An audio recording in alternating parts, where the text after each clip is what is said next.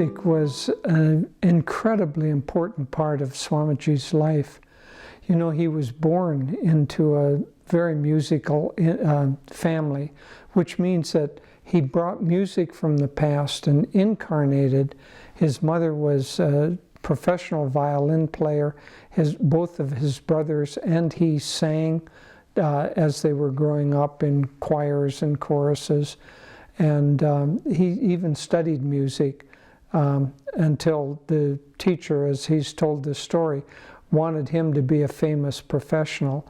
And he knew, his soul knew, that that was not the direction, nor was the direction to go into classical music or other people's music, because music is essentially vibration.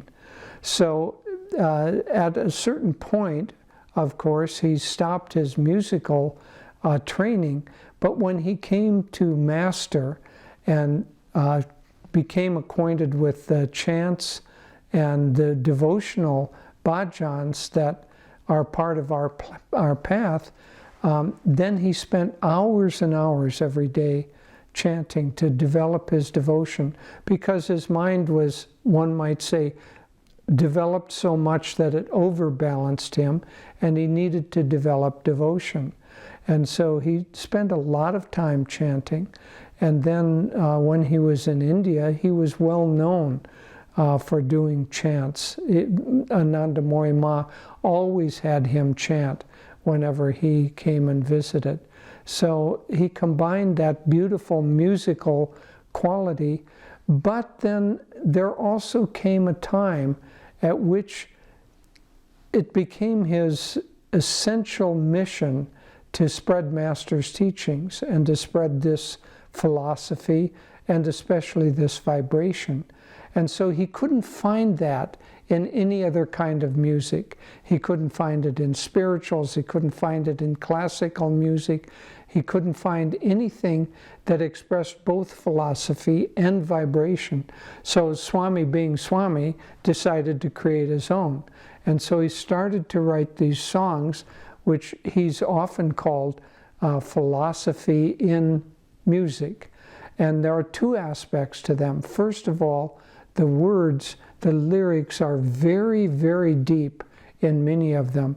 I mean, honestly, some of the lyrics you could take and use for a whole meditation or a whole lifetime, because they're very, very deep, but they're put in a simple way. And the fact that they're combined with music and a melody allows them to enter into the mind and into our soul much more completely. You never go around kind of repeating and repeating one of Swami's lectures, but many, many people go and sing over and over again one of his songs, which has a deep meaning to it, and it's almost like a mantra that expands your consciousness. So the words were very important in his music, but also the music itself. He said he never wrote a single note that didn't carry the vibration that he wanted to have in the music. So he was very, very careful about the melody and very careful about how the melody and the words fit together. And so the combination of philosophy and music, which is essentially vibration, those two coming together make the music a very, very powerful part of our lives, and a very powerful, teaching vehicle.